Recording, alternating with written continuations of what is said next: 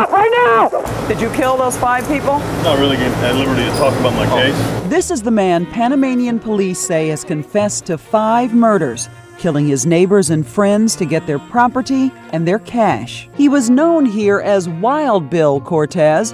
They're breeding us out. They're taxing us to death. They're removing our jobs. Bring it behind your... Stop right now! He was wanted in the U.S. for various crimes, including alleged real estate schemes. He and his girlfriend left the United States altogether after eluding police during a high-speed chase. And we're going up the hill, off-road, exit 1. He was known for his guns, his parties, and his trademark symbol, the skull and crossbones. Saying very proudly that he shot them in the back of the neck. 5 bodies turned up. Cher Hughes, Bo Eisler, the entire Brown family. In back of the house Holbert allegedly bought from the Browns. The I Catch Killers podcast was a fresh start for me, as I left policing behind and started a new life. Over the years, we've laughed together, cried, and shared some powerful moments. Welcome to I Catch Killers. Jack Laurence, welcome back to I Catch Killers. Good to be back, Gary. And a hello to listeners of 1 Minute Remaining podcast. Hello, everybody. You are. I can see that radio skills coming out. Yeah, so as soon as the microphone's gone, mate, I'm in the zone, just like a sportsman, you know. Just you sound completely on. different the moment the microphone's in front of you. Yeah, when the microphones are off, I've got a high-pitched voice and all the rest of it, but when they're on, deep and sultry. Deep. Hello, Jack. Yeah. Welcome back. That's right. I really enjoyed the part 1 of our chat. We've gone off script completely, yeah, but that's I do great. Waffle. No, it's not about waffle. I just find it fascinating what we've been talking about. And I'm going to throw right into the realms of fascinating and talk about Wild Bill. Oh, now, Wild Bill. Just the name got my curiosity. Yeah. But the backstory, can you fill us in about Wild Bill and how you know him, how you've come to communicate with him? So I don't even know how I found Wild Bill, to be honest. I think he just sent me a random Facebook message one day. He'd heard about what I did, and people say, send you a phone. This is a guy who's in prison in Panama, can I say. He's in a Panamanian prison, probably one of the worst prisons in the Western Hemisphere. It's one of those situations where the prison guards don't really go inside themselves. There's guns in there. There's drugs in there. There was a massacre not that long ago. Of, these gangs just started fighting with AKs and all the rest. And of it. It's basically the prisoners are in there. They put the perimeter around them. Yeah, and they just lock them in there. Yourselves. Yeah, and people stand on the walls with guns, so no one comes out. Crazy. But so Bill, how do we even start with Bill? I mean, he's guilty of the crimes he's been convicted of. It took me a long time to work out whether or not I was going to tell Bill's story because of the nature of the crimes, and But after sort of talking to him, it's very weird to say, but he's a very likable guy. Yeah. This is a guy who's committed multiple homicides. Yeah. Who's a contract killer. Well, I mean, look, there is this thing of people say that he wasn't a contract killer, and people just said he killed for greed. Now he admits he killed for greed, but he said he was paid to do it, and that's why he did it. So he's an American guy from country America. Had a great upbringing, so there's none of this sort of trauma behind his background, which you often find in these situations. And he said all his criminality all sort of sparked from a divorce and a situation with a judge, and how his wife was kind of let off something she didn't do, and he said, "You're going to jail. We're going to put you in jail." And he's like, "Hold on a second. We both did the same thing. You've given her a $20 fine. You're going to send me to prison for 2 weeks." Right. And he said, at that moment I snapped. He goes, "Well, if they want a criminal, I'll give them the best damn criminal they've ever seen." And it started from there. Sliding door moment. Yeah, exactly. Absolutely. I mean, he said he'd always done little things like, he sort of made fake IDs and stuff for his kids at school and sort of stuff like that. So he'd always done little bits and pieces, but he just went full-blown criminal. Did a number of things in the United States, which then got him wanted in the United States. He was, at one time, he was one of the most wanted men in the US. He'd never killed anyone in the US, but he'd, done a lot of crime, frauds and stuff like that. Yep. So he decided one day, time to get out of Dodge. So he left the US and went towards South America. Once he was down in the South American area, he met some people who were did colourful things in the crime world. They sort of said, "What do you do?" And he kind of reinvented himself. He was a big guy, and he sort of said, "Well, I'm a sort of Mr. Fix-It. I do all sorts of things." And then it just sort of snowballed from there. And he tells me about the first guy that he killed. He actually was he used to drive boats for drug runners. He was a captain of one of these boats, and also used to drive boats for people smugglers as well. So he was sort of a boat captain for all these sort of different bits and pieces. And he said one day he was out on this boat with a guy who was supposed to be his sort of he was the guy with the gun and making sure everything was fine. But he said he was a lunatic and all the rest of it. And Bill said, I always prided myself on my job. Whatever I did, I always wanted to be the best at it. So he wanted to be the best captain of people smugglers. And, he said, I treated everyone on that boat, nicely and all the rest of it. And he said, this guy was just a lunatic and he was doing drugs on the boat. And apparently Bill sort of had a go at him. And then this guy tried to attack him. One thing led to another. He kills him. If you enjoy this video, make sure you give it a like and subscribe to True Crime Australia. If you haven't already, click the bell icon to stay updated on all our latest content. Right. That was his first. That was his first murder, he said self-defense. But then he gets back to shore. He sees the boss man. And he says, well, I didn't see anything. Bill says, I dispose of the situation. And long story short, suddenly they found out, because he was part of a cartel, they found out that someone else found out he did it. They weren't happy, so he bails again. And then he gets to Panama. And he sort of gets in with all these highfalutin judges and, high-profile people who need a Mr. Fix-It, as he said. It's a very corrupt country. And he said, they needed things dealt with. And that's where it started. He started doing little things like, just with a baseball bat, teaching people that, don't mess with this person or leave that person alone. Yep. And he said that just slowly progressed into, obviously, the ultimate So stand over a man and then just then just evolved into contract killing. And not excusing the nature of the crimes, but you can see how that thing starts to happen. Oh, it snowballs. Yeah, it's one thing leads to another and leads to another. And you go, it's not so bad bashing someone. Desensitized. I just break a leg. I didn't kill the person. Oh, I've killed the person. Well, I've killed one. And he was a bad person anyway, that sort of mentality. Justified in their own mind. Exactly. So, he fully admits now that he was a moralless person. He did it for money and all the rest of it. Eventually, he gets caught, basically. Long story I won't go into, but he gets caught. He gets sentenced to 46 years in prison in Panama. And he actually did an interview with the Daily Mirror in the United Kingdom. I'm pretty sure. I think that's maybe how I also sort of heard about him, which caused him a lot of issues because, in Panama, if you've got money in prison, you can basically have whatever you want. Girls were coming to visit him and, food and all the rest of it, eating McDonald's and KFC and all that sort of stuff. And this got out in this news article, and then the authorities in Panama cracked down on him. That wasn't a smart play. No, he said make him too popular. No, but he said the journalist promised me that she wouldn't put my face to this, and I'm like, mate, there's your first mistake. Trust the journalist. and so she did, and she put his face out there, and all these things that he was getting up to, and then the Panamanian authorities cracked down hard on him, obviously, and sent him to a punishment wing, which is even worse than where he was. But he still had this mobile phone. And that's where I got into contact with him. And we were just having he was on WhatsApp. He would send me voice, WhatsApp messages. I'm there at night lying next to my wife who's trying to go to sleep. And you've got Wild Bill going, hey, man, we should, let's get together and tell the story. And so I did almanard for a long time about it. I spoke to my wife about it. I spoke to Dom, who's my audio guy who helps me out. I spoke to him about it. I said, look, I don't know if we should tell this man's story.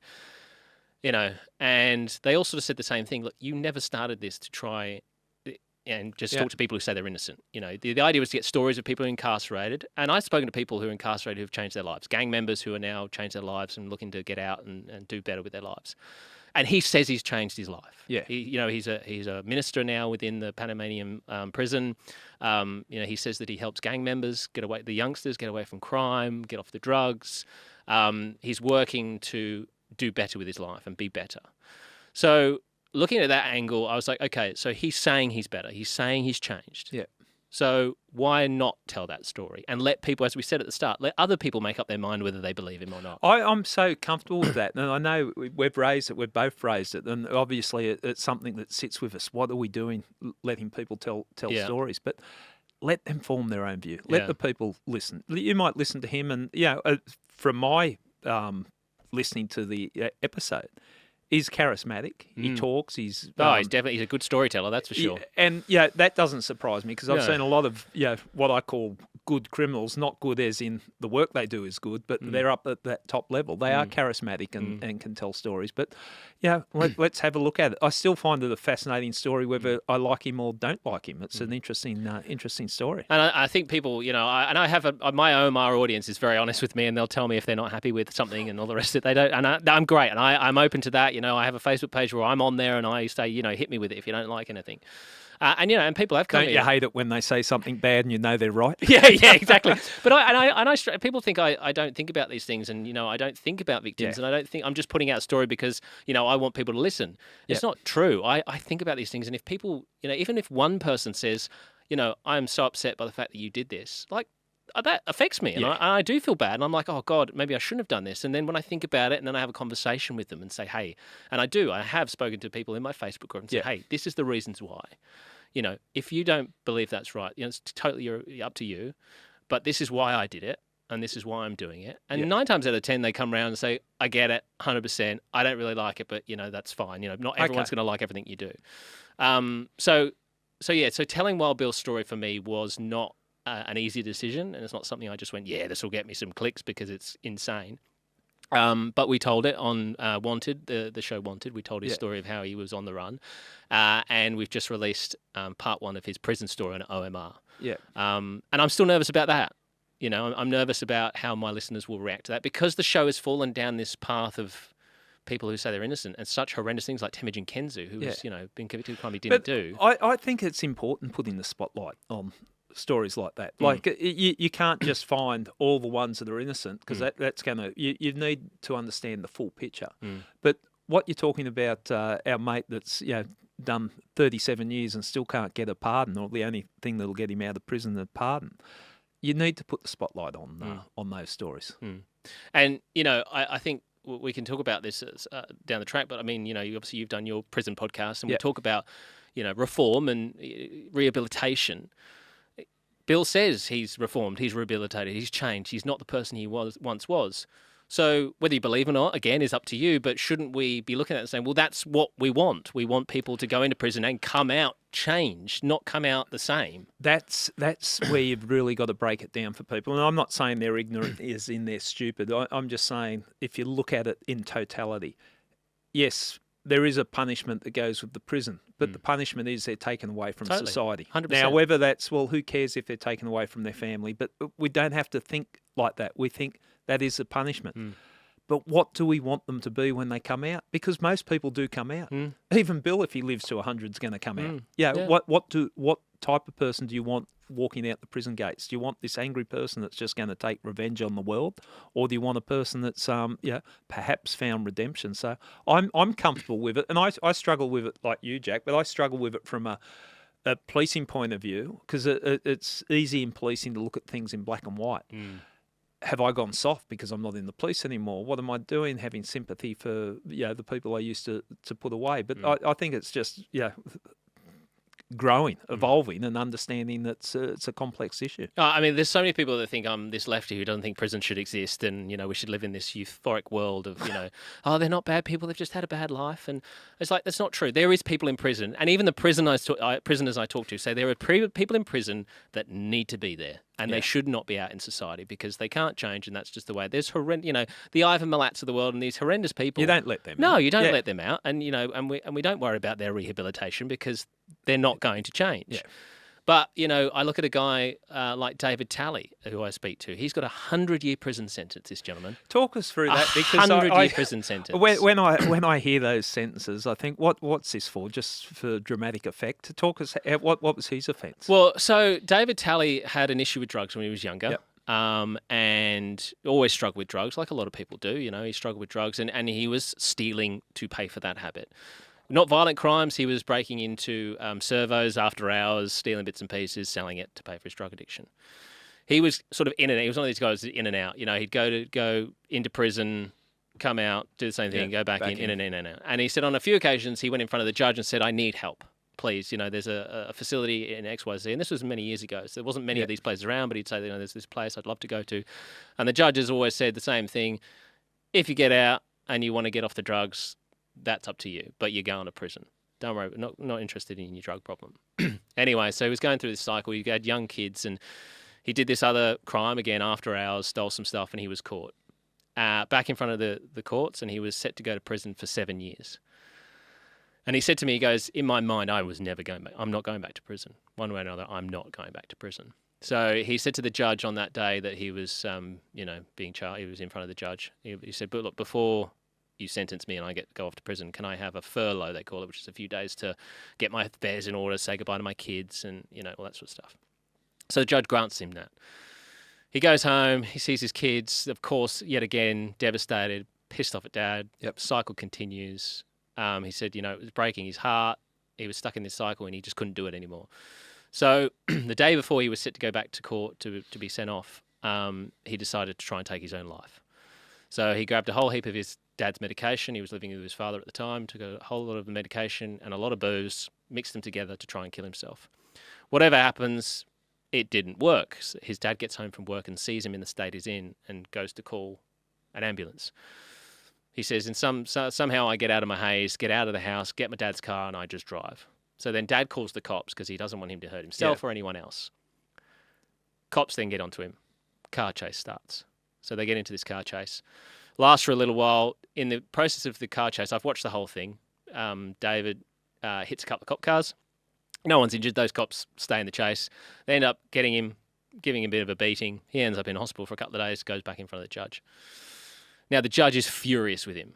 The judge is like ropeable. He's like, well, you could have killed someone. What are you thinking? If you'd killed someone, it wouldn't come back on you. It would have come back on me. Blah, blah, blah. He then proceeded to give him the maximum possible sentence he could on every one of his charges, which now included multiple sentences, including assault with a deadly weapon. A car on the police car. So it's assault with a deadly weapon. There was 2 of those. A couple of other, almost attempted murder type situation. And it all added up to, in total, 100 years. And he went maximum, all to be served, one after the other. And that's it. And there in Florida, there's no parole system. Well, there's a parole board, but no one sits on it because no one gets parole. So he got 100-year prison sentence without the possibility of ever getting out. And that's it. That's game over. He cannot get out of prison. That on all different levels, that just seems crazy. It is insane. He never killed anyone. He could have done. He could have hurt someone. He could have killed someone. But we can't convict some people on something they could have done. A flawed character like he is. Yeah. Yeah, they could have. He made a mistake, but a lot of people make mistakes. Totally. But I made so many. Gary, I think it's pure dumb luck that I didn't at some point in my life end up in a situation like some of the people I talk to. I always say on my show, let he who without sin cast the first stone, because that ain't me. Yeah, and I'm not proud of myself. I think that's a fair comment. We all sit there and go, how outrageous. Yeah. But 100 years, what is that? That's insanity. But it's not rehabilitation. That's just saying you are going to prison now. And he hasn't touched a drug since the day he went into prison. He is completely clean. He became a law clerk, helping others with their cases. Model prisoner, obviously never been in a fight. And he just wants to go home. He's got 2 kids now. He's not 2 kids now. They're adults now with their own kids, and he just wants to be a grandfather. How long's he been in now? 26 years, I think. Yeah. And it's just, and then people can look at our system and go, our sentences aren't harsh enough. Yeah. Especially when we talk about youth crime as well. People say it's ridiculous. Kids that just get a slap on the wrist and there's no repercussions, which I tend to agree with. But I also think, that these harsh sentences don't work. I had a couple of prosecutors from the United States on my show, and I had this argument with them, and they're like, these sentences are in place to deter people from the crime. I said, guys, you've got the highest incarceration rate in the world. It's not really working, is it? These high sentences, they're not working. And so we've got to try something. To keep doing the same thing. Do the same thing over and over again. Yeah. It's insanity. And that's what I say. Well, we've got to look at the system and go, it's like gun reform in this country. There was a massacre in 1996. We went, well, we need to change something here. We did. Look what happened. Yeah. America, their gun situation. They won't change anything. The same shit happens and it's time going to time again. Continue to happen. On those sentencing, those long sentencing and youth crime, and you're based up in Queensland, and here in New South Wales, we're hearing so much about youth crime. It's a difficult one. I do remember speaking to Bernie Matthews, who spent, I think it was 35 years in prison. He was a notorious criminal, but also a very interesting person, and we became friendly after I left the police. He was an award-winning journalist. He was a good writer. Did escape from prison. Did all sorts of things. And when he was, he sadly passed away. But before he was passed away, we had a lot to talk about, and we spent a lot of time together. And he was saying that, I said, how can we make a difference? Like he's been there, and he was smart enough, and there was a decency to him where he could step aside and go, well, look, what I've done, I'm not making excuses, it's wrong. Yep. But we've got to make differences when people are young. That's when you can you can change them. I think there needs to be consequences for actions Absolutely. for young kids. But if the consequences are you're going to send 15-year-olds to, sentence them as an adult and put them in an adult prison, that's just going to breed angry criminals. Totally. Yeah. Because they're literally now going to grow up in the system, surrounded by career criminals who are now their teachers. Yeah. And all they're going to do is come out angry kids. You know, and people, people will say, "Oh, bleeding hearts." You know, we've all had, and my wife will say to me, "Oh, it's because they're bored," and I don't buy into that. Yeah. I'll say that right now. She says, "Oh, there's nothing for kids to do." I'm like, I had nothing to do as a kid. But I didn't go around stabbing people and stealing cars. But I also had a wonderful upbringing with great parents and all the rest of it. So there's none of that. And then you get people say, "Well, people grow up in tough conditions. That doesn't mean they have to go that way." Yeah. But there is more to it than just going, right. As they do in America, 15-year-olds.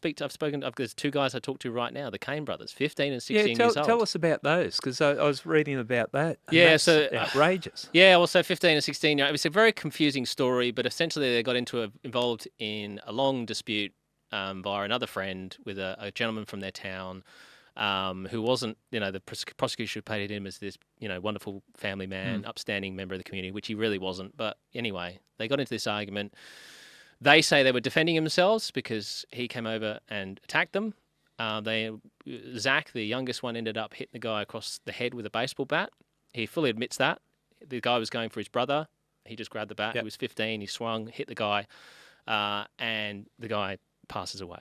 He dies. So the kids get charged with his murder at 15 and 16, tried as adults, found guilty of murder, and sentenced to over 30 years for the crime. They probably would have got life without parole, but because they were youngsters, there is some rules that they can't give them life without parole, but they give them 30 odd years, which is basically their entire lives anyway. Yeah. And they went in. We're basically the same age, me with these kids, so they're in their 30s, late 30s. The eldest about to turn 40. And they went into the adult prison system. And they were they went into adult prisons. They were separated, the brothers were separated, and they had a Mark, there's another young man, Mark, who also went to prison for the same crime, and he was a friend of theirs. So two of them, Zach and Mark, go to one prison together, and then Jeremy goes to another prison by himself. Adult facilities, where they are told by the head, the prison, what do you call them, the boss of the prison, said, "You've got to fight. You have to fight.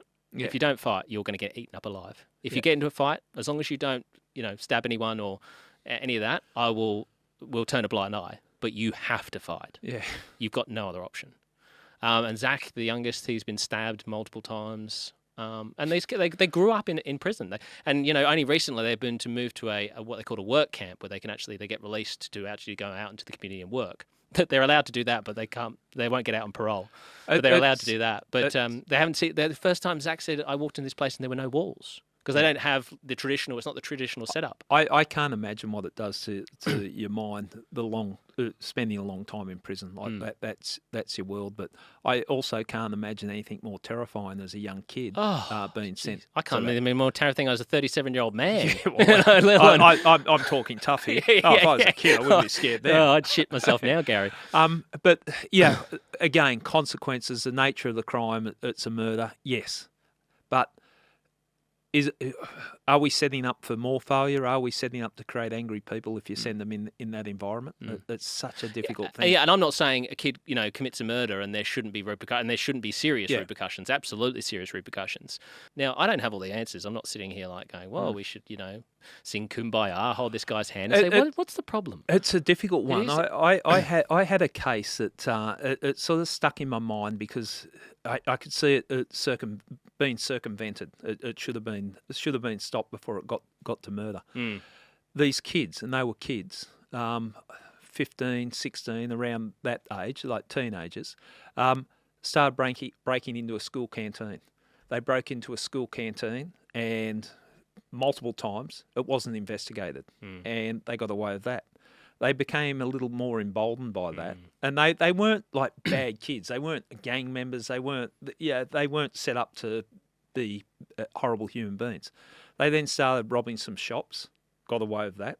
All of which, if they were investigated, could have been stopped. Yeah. You could have got them at the canteen stage. Yeah. Maybe come down hard on them the first time. Scare them straight, sort of thing. Scare them straight. Consequences for actions. Put them on programs. Whatever. Break the cycle.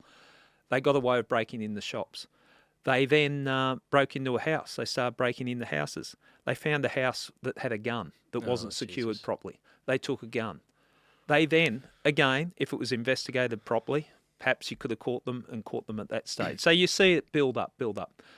Then they decided, okay, we're going to rob a liquor store. And went in there, did an armed robbery. Kids. You could tell it was B grade the way they were doing it. Could have been sorted.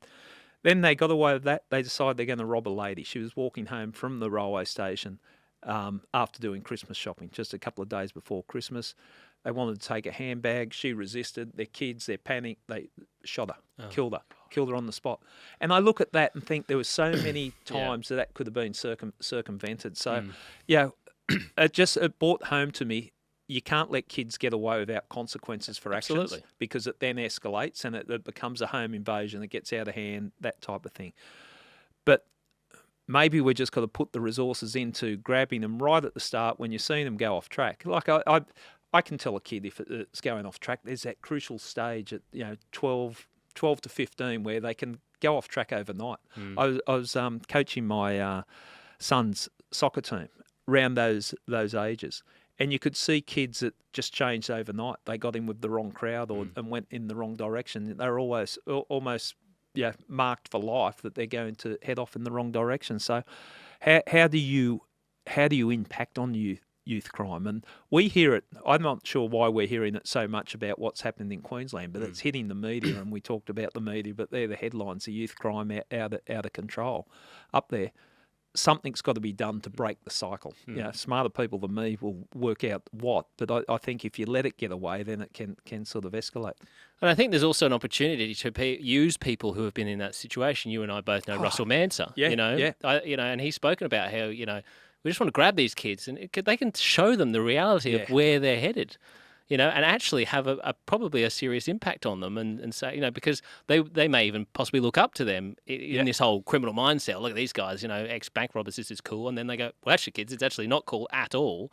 Yeah. And this is where you're headed. But we don't utilise those people. Yeah, I love what you just said there, Jack, and there's so many people we've had on the podcast that have got their stories because they've walked in those paths. And I'm talking, bikies that, kids, if they want to go off track, they want to be in gangs, they'll look up to a bike and go, cool. Oh, look, he's a tough dude. Guy. Yeah. People are scared of him, give him respect, that's cool. Yeah, and if they come in there at that early stage and go, guys, there's so many other paths you can follow, then you don't want to go down this because this is what's happened. And you hear Russell's story, and it's just horrendous. And, if he was getting out telling people that, other people that we've had on the podcast, so many of them, I think, have got such a powerful story to tell young kids, and maybe that's what we've got to look at, and getting those people involved. Because when you're a kid, a teenager, you're rebelling. I don't care what the teacher tells you. I don't care what your father tells you.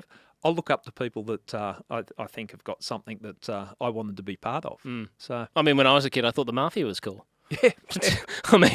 I soon learned very quickly that it's not cool whatsoever, and there's the criminal world, I think, to youngsters, as you said, it can look alluring because, a lot of the time, again, the media or the TV and all that makes it look alluring, and, you see these people getting respect and all the rest of it, and you think, oh, that would be cool. You don't actually see all the awfulness behind it. No, well, I spent some time touring around the country with Michael Francis, the mafia bloke, on a live show, and had him on the podcast. And at his peak, I think he was earning $8 million a week. Oh yeah, it sounds pretty good to me. But and he had boats and aeroplanes, helicopters, and all that. But sitting down and spending time with him, he looks back and he does a lot of talk now, and he's found a different path in life and lessons learned, and it's a brutal business. He said, your best mate might be the one that puts a bullet in the back of your head. You never knew. If it was your days were up, you're called to a meeting, and he went to a meeting fully expecting to be shot on the spot. And his own father sort of okayed it in a way. He said, I'm not going to get in the way. I mean, that's insanity. I know. Dad, did you really Yeah, have to? yeah, come on. Expect a little bit more. Come Makes on. for the discipline as a child that I had look like child's play, that's for sure. Yeah, you got to toughen up, Jack. Yeah, absolutely. Suffer the consequences. Let's talk about the legal system, United States compared to Australia. Yeah. You've seen both. What differences do you see? Well, I mean, I suppose the biggest difference, I spoke to you about this briefly, is elected officials. You look at your judges, your prosecutors, those people in power. Yep. They're elected into those positions by the public. So they're part sort of legal person, part politician. So, and we know what politicians, not having to go politicians, but we know what they do. They tell you what you want to hear so that they get re-elected and they still have a job.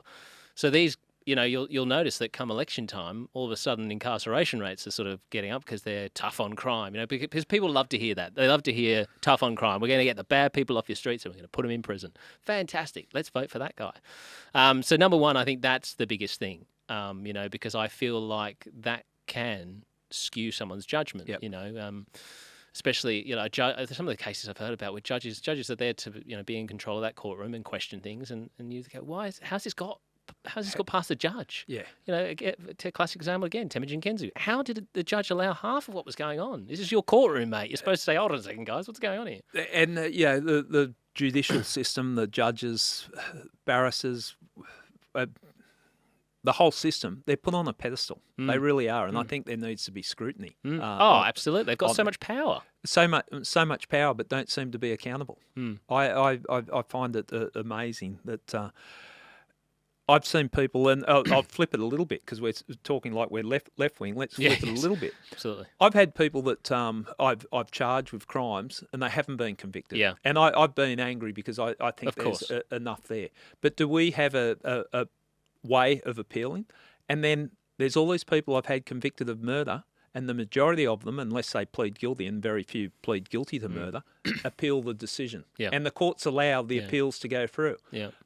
I've tried to do it from reverse, where someone was acquitted, and we tried to get the decision overturned in the double jeopardy legislation. My God, it not only had to change legislation, just the animosity towards, this is a system that's been in place for years. How dare anyone question that the courts have got it wrong? So I think there's an intellectual arrogance about the court system that and I'm talking this country. What you've said in the United States, it's almost like we're right, you're wrong, go away, don't annoy us. Yeah, and I think that causes problems. Oh, it totally does. I mean, I make no qualms about it on my show when it comes to the jury system. I don't like the jury system at all. Yeah, you said that the other day when we were talking. Yeah, I don't. You're asking 12 complete strangers who have no idea about law and different, things like circumstantial evidence. They don't understand it fully. I mean, even now, I've been doing this now for 15 months and I read a lot of legal stuff and trial transcripts, and I'm listening to these, prosecutors and defense attorneys, and I'm going, what, you said what? And I had to read it 4 or 5 times. I still don't understand what they're saying. There's all this legal jargon that they're using and so confusing, and you're expecting 12 people who don't know the law to come up with a decision on someone's innocence or guilt. But then you also have, people's personal bias come into that as well, and then you have the media. Again, we come back to the media. These people are told, don't you dare look at anything on the internet or the TV, don't you... Fingers crossed. Yeah, exactly. As soon as they go out, they go, let's have a look at what's going on here. So, I think the whole system, when it comes to the jury system, is flawed. But I mean, and in America, I don't know the full ins and outs of how they do the jury system here, but obviously in America, they do a jury pool and they get to pick and choose and ask questions and say, I have a defense attorney who joins me on my show every time we do a case, and he said that they've now started asking, do you listen to podcasts? And he said, if someone was to say in America, I listen to 1 minute remaining, chances are they'll be kicked off. Out. Yeah, we don't want because they've got a bias in one particular way. So, again, there's a jury selection of, well, we don't want that person because that's not going to help us out. We don't want that person. So it's like, hold on, this is a jury of your peers. Surely you should just be random, bring them in.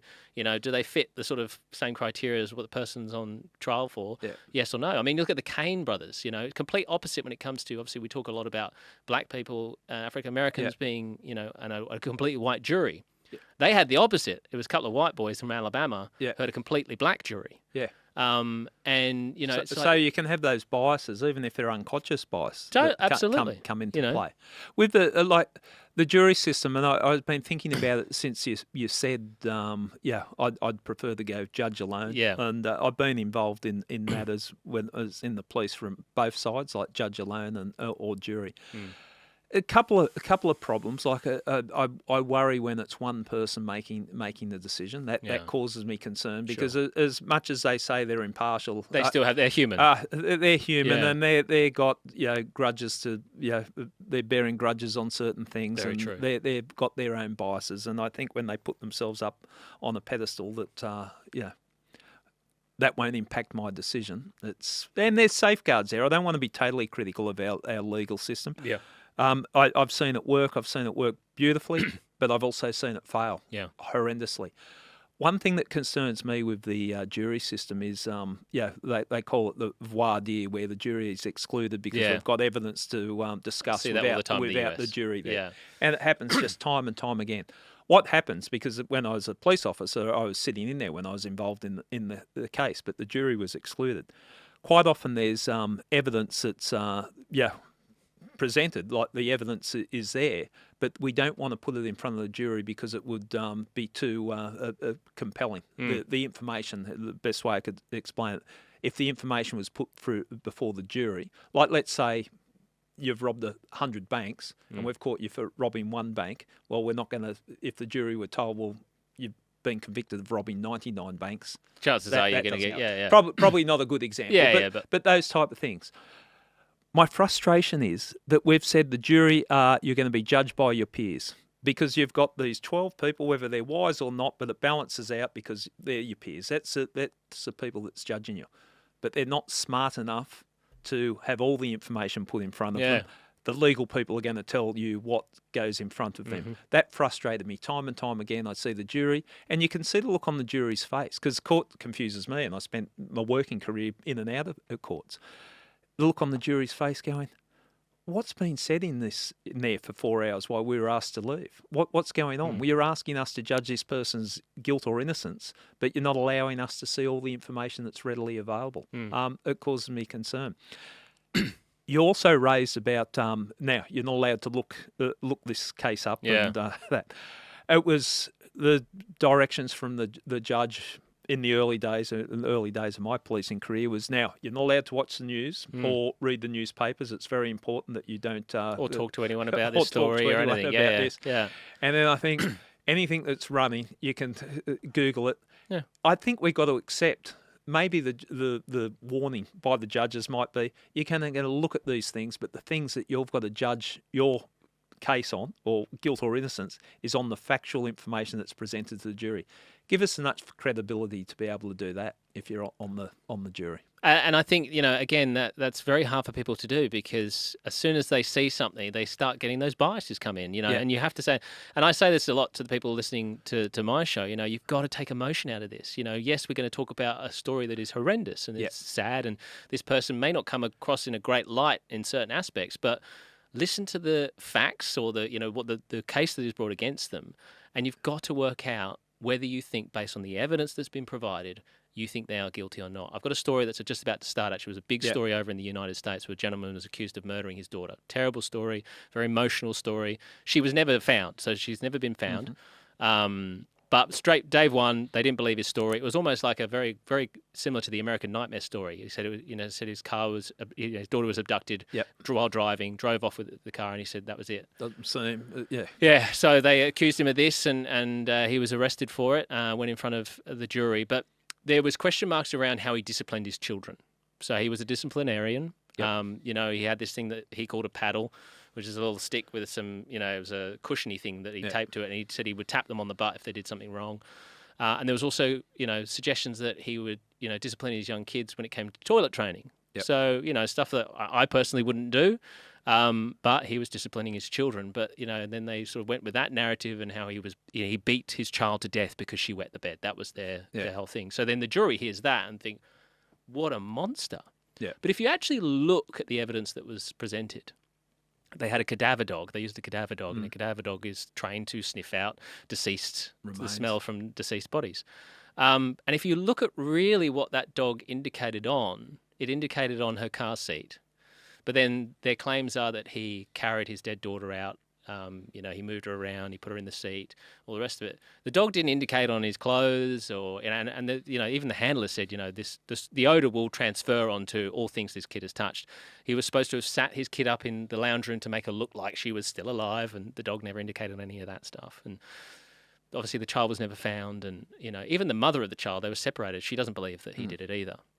But if you look at the evidence, you actually look at the evidence, take the emotion out of it, the way he disciplined his child, whether you agree with the way he did it or not. But if you look at the evidence, take emotion out of it, you've got to question his conviction.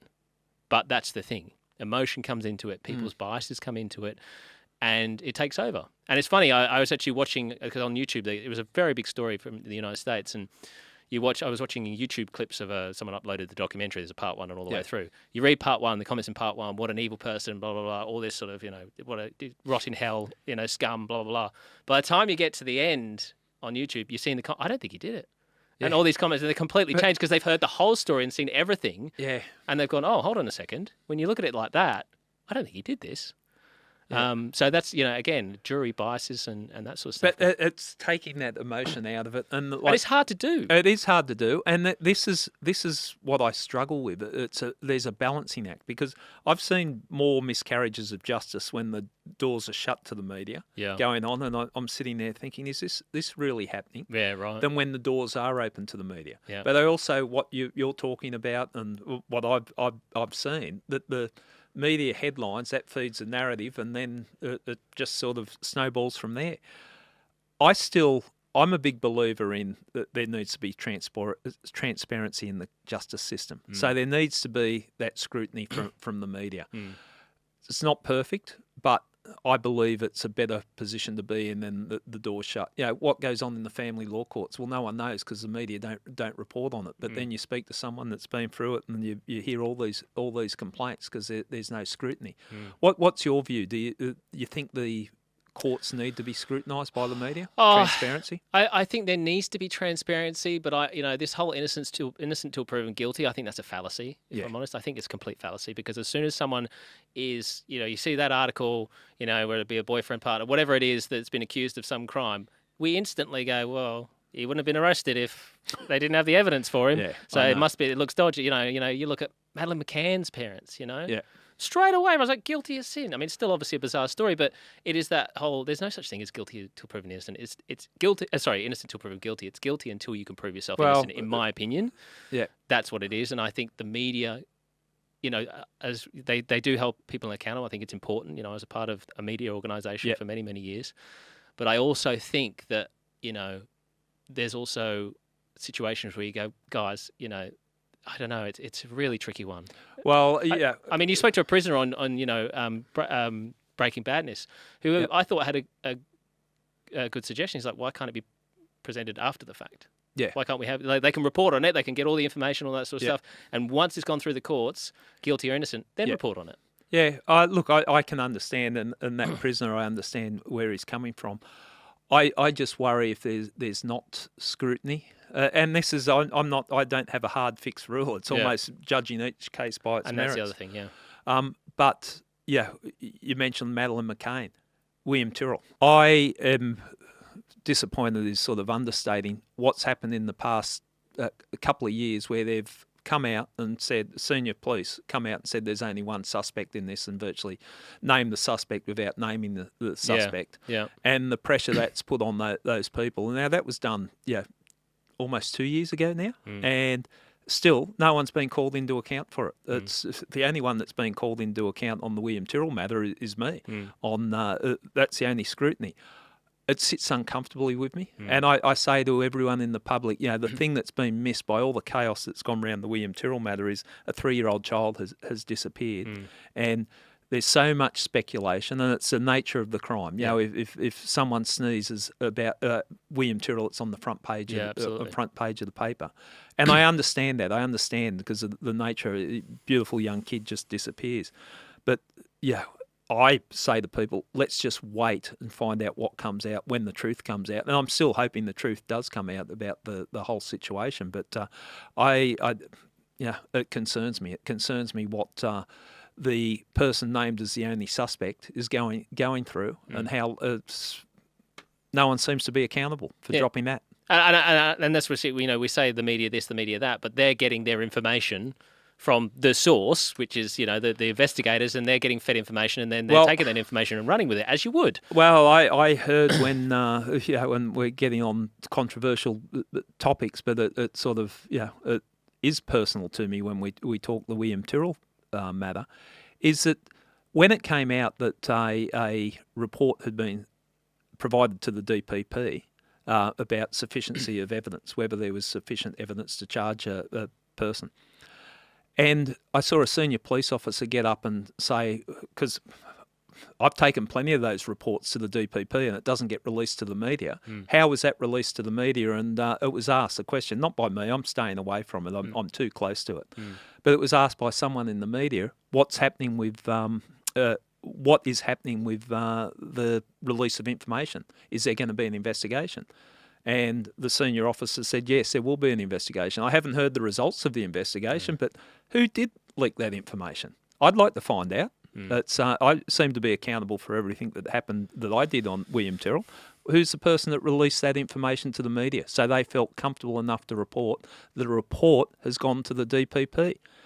It's not like it was something you couldn't avoid. The media were going to find out. It's taking the report and dropping it off at the office of the DPP. Why was that information released, and who released it? And it is that word accountability, because again, looking at the United States where I look at, all this stuff comes to light that detectives did wrong, or they hid information, and prosecutors have been done for prosecutorial misconduct, and nothing happens to them.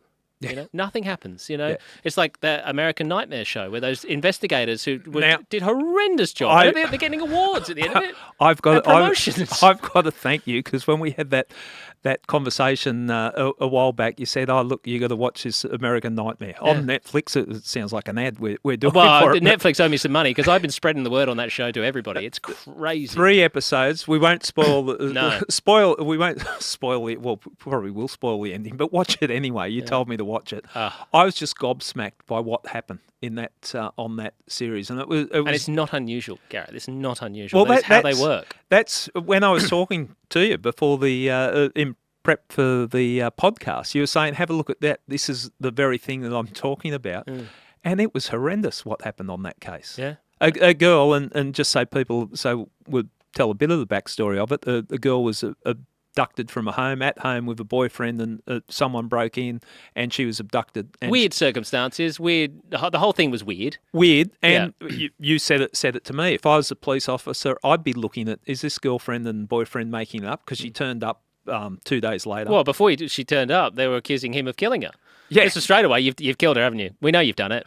Put him on a lie detector. Oh, you lied. You're not telling the truth. So he was their number one suspect. I said to you off air, if she hadn't turned up, I guarantee you I'd be talking to him on 1 minute remaining about the fact that he was in prison for something he didn't do.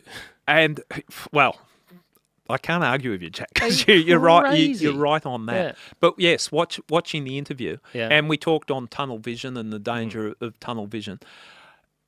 In the interview room, you've got to have a crack. If you're investigating a crime and the circumstances, hindsight's a wonderful thing. I look back and go, well, I wouldn't have done it that way. Well, I know the result now. But circumstances, the story that it played out, that someone broke in and we were asleep and then tied me up, and it was crazy. I think everyone watching it goes, well, this is put headphones on with strange music playing. And it was bizarre. Yeah, well, totally bizarre. So I would imagine the police looking at that would be the starting point. Yeah. But the thing is, you go on your hunch, you go on your instinct, but you've got to overlay it with the facts. Yeah. And so that can point you in a direction. I think they headed off in the direction I would have headed, and I think any reasonable person would have at the time.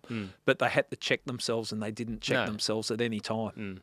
And I spoke to a guy once, a doctor over in the States, who told me about the Sherlock effect. Which is this notion that a lot of detectives, and he says doctors as well, they see the result of it and work their way back. They see okay, well, this is what's happened, and they work instead of finding the evidence and working their way towards the crime. It's the other way around. They're surmising and saying, well, I know what happened, and they kind of get this sort of ego again comes into it, where they're like, well, I'm a seasoned detective. I know. I've got great intuition. I know that this person's lying to me. And I think that's a perfect example in that case of It's a classic example, and here I am when you're saying that to me. I've got this strange look on my face because I'm thinking, was that me? Yeah. Well, I was going to say, but the fact that I can look and think, okay, I've got to make sure I don't become that. You're checking yourself, yeah. And I learnt, and again, I tribute the detective I turned out by the mentors that taught me and the people I learnt from. Briefings were so important, and very early in my career, you come into a homicide squad, the murder team or whatever. It's pretty intimidating your first time you come in there. And some people that I looked up to, they would look around the room, and they're very seasoned homicide detectives, and there's some junior police, and this is the first time I've been in a room like that. Gary, what do you think? And they'd go around the room. And that's the way they balance that out. Yeah. And they listen. And sometimes as a detective, and especially if you're leading the hard cases, you've got to make the hard calls. Like it's a robust game that you play. Well, it's not a game. I hate it and I just did it. Yeah. It shouldn't be called a game because lives really, lives are lost and lives are destroyed by the actions that you do. And sometimes you've got to make decisions, but you've got to be careful those decisions that you make because of consequences. So getting back to that show, the evidence that was presented to the detectives, I wouldn't have believed that story first up. No, totally, 100%. And I think everyone's sitting there. I wasn't sure which way this was going to go. I know you referred it to me, and I didn't know which way it was going to go. But when there started to be chinks in the armour, they didn't want to look anywhere else, did they? No. And then just moved on. Yeah, and that's the problem. And the other thing, and we spoke about this before we started recording today, I told you I watched it. It just infuriated me about some of the lazy police work that was done, some of the lazy police work that impacted on people's lives that they just couldn't be bothered. And I think you said your brother... my brother's an ex-cop, and I'm going to have him on to talk about it, and he was watching it. I said, watch this, because I need you to talk about it, and he was messaging me while he's watching it, just like... so angry about what he was saying and how it was being handled. And he's like, I cannot believe this is even a thing. It's insanity. It is insanity. It's embarrassing. And saying that, it was, the flip side is that it was good detective work that actually... 100%, yeah. A police officer came in and actually did the job properly and sorted the whole thing out. Sorted it out in the long run. But, it's... the justice system. I think that's why we're fascinated with it, because you just don't know where the truth lies. Yeah. And we all think we're detectives. Like we've all, that's I think what the interest is. Yeah. In all the guests that you've had on the podcast, is there anyone that's really surprised you? Like you've had a sort of preconceived idea of what you're going to get with this guest, and you've spoken to the guest and you've gone, oh, didn't expect that. Yeah, I definitely. I mean, there's so many people. Like, there's so many fascinating people that I talk to. But I mean, Jason Vukovic is one guy that I found his story because there was this image that was sort of circulating around the internet, kept sort of popping up of this guy in prison yellows, big dude, tattoos, and he's looking across, this courtroom. It's sort of like two worlds colliding. There's another gentleman on the other side of the beard, fully in a suit, very smart, business-like, and they're just smiling at each other. And then underneath this sort of thing this is Jason Vukovic. He was convicted for assaulting sex offenders, pedophiles, who he found on the sex offenders registry list. This is him smiling at his brother after he'd been convicted type thing. And it painted this sort of picture of this vigilante who was, going out and bashing these people and, good for him, high fives all around sort of thing.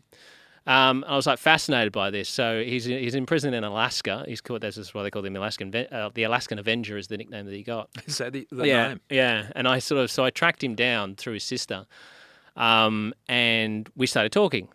And when he called me, very eloquent gentleman, very well read, and he told me his backstory. And I was just floored. Like, this is a gentleman who was abused himself as a child. Yeah. Him and his brother were abused as children by their stepfather, who was, sort of very into the church. And this is not attacking the church, but this was the story. He was very into the church, and he was abusing these two boys for many years until both of them decided to run away. They got stopped by the cops, who found them, like I said, were underage, driving a car, taken back. They basically said what was happening to them. Their stepfather was taken to court over the incident.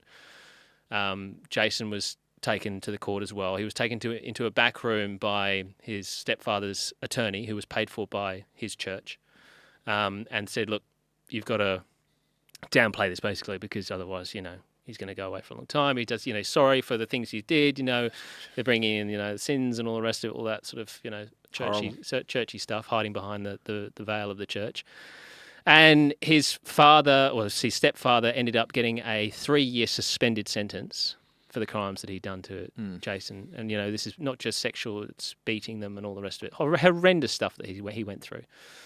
And he was sent home that day with them. Stepfather, and he said, and it obviously just got worse. Yeah. And he eventually ran away. His brother ran away as well, and his brother went somewhere else, and he ran away. And then Jason ended up down this sort of path of crime. He ran away. He said his mother and his stepfather basically destroyed all his stuff. He left with nothing. He had no ID, no nothing. Tried to get a job until it came to payday, and the guy's like, "I can't pay you. I need your social security stuff and all the rest of it." So he couldn't pay him. So he then started stealing. And then that sort of just progressed, and he was, stealing left, right, and centre. Did a bit of time in juvenile, started taking drugs, just basically going completely down the wrong path. No help from anyone, about his past or anything like that. Until eventually he gets to this point where he's a lot older. He goes back to Alaska. He said, he was in a bar one day, and this couple were telling him, or this 2 girls were telling him about this guy that had abused them. And he decided to go pay him a visit. Yeah. And he paid him a visit, and he beat him up, and said, "I know who you are. I know what you are. If you don't stop, I'll be back." And then he decided to go on to the sex offenders registry list in Alaska, and found these people, and found people living in the area, and would sort of scope it out and ask people in the community about the situation, and he'd find out these people were still doing what they were doing. Yeah. And again, he would visit people, go around, beat them up, steal some of their stuff, and be gone. And eventually he was caught, and he was sentenced to 27 years in prison for his crime. He was three sex offenders, basically, spoke out against him, and he was convicted of that crime. And talking to him, obviously you get this picture of this big guy, tattoos, been bashing people, and you're like, but when you sort of, really peel back the layers, you discover a guy who's, and I'm not, you get to the subject of the vigilantism and all that sort of stuff, and what's right and what's wrong and all the rest of it. I know a lot of people would high five and say, good on him. Yeah. Whereas a lot of people say you can't take, law into your own hands. But sort of at the crux of it is this guy who has never got help. Even in his system, even the prison he's in now, he's actively tried to get help to sort of uncover, talk about his past, and, unpack everything. But the prison won't allow it. They don't allow him to talk to anyone. He said, "I'll pay for it on my own money." Don't allow it. And it's funny. Well, it's not funny. It's that image. I said to him, "Tell me about that image." And he said, "The day my brother and I both ran away, we never saw each other again." Right. He said, "That's the first time I'd seen my brother in 15 years or whatever it was, some ridiculous amount of time." He said, "That's the first time I'd ever seen him. He came to my court case to speak on my behalf and to talk about the abuse we suffered and all the rest of it." And he said that was the last time I ever saw him again, because he came to see me after that. We sat down, and he said, "I love you very much, brother, but seeing you reminds me of the past. The trauma. And I can't do that anymore. I've moved on with my life." His brother's a very successful man. See, and it shows how you can go down different paths. His brother got the help that he needed at a younger age. He was lucky enough to find a family who sort of took him in and paid for, help, basically, and he got the help he needed, and he went off to become a very successful man, travels around the world and all the rest of it. Whereas his brother didn't get the help he needed, went down this path of crime, and now he's in prison. That story just saddens me. Oh, it's terribly sad. I'm listening to it, and terribly sad. There's no joy in that story, but it's probably a good example of how complex courts, the criminal world of crime is, isn't it? Yeah. You don't know what it's all about. I can imagine a lot of people having sympathy for him. I have sympathy for him without supporting vigilantes, but I have sympathy for him. I think that particular story, it just demonstrates that crime is not one-dimensional. And that's exactly why I love what I do, and because, you can see an image like that and people have this perception of high five, vigilantism, what a great guy. And then you actually find out the story. and if it's not that simple, it's crazy. Well, Jack, you told me at the start you don't consider yourself an investigative journalist. No. That sounds like a little bit of investigation done from a photo. So yeah, I just like to say I've loved the chat that we've had, but I'm also fascinated by the stuff that you're doing. So I hope you keep up the good work, and I hope we can get an opportunity to speak again. No, absolutely. I appreciate the invite down to these swanky studios. It's been a pleasure. I've been wanting to chat with you for a long time, so it's nice to be here. I'm going to go away a little bit jealous of what's going on in this room, and make some changes when I get home. Can you do up the laundry? I was going to come up to your studio. Yeah, and I was just telling my wife, when guests come, you've got to direct them to the toilet. Please. Look, I'll get slapped in the face and kicked out. You're creating a false image about what happens here at I Catch Killers. We're doing it tough. Absolutely, battlers, Aussie battlers here. We're just doing the best we can. But no, it's been a real pleasure. So let's do it again sometime. Let's do. Appreciate it, Gary. Thank you. Cheers. What a great insight Jack gets into the world of crime, speaking to prisoners incarcerated in America. I wish we could do that here in Australia. But fascinating chat, and all the characters that he met and some of the experiences he's had by dealing in the world of crime. And again, for I Catch Killers listeners, it's given us another insight into the world of crime.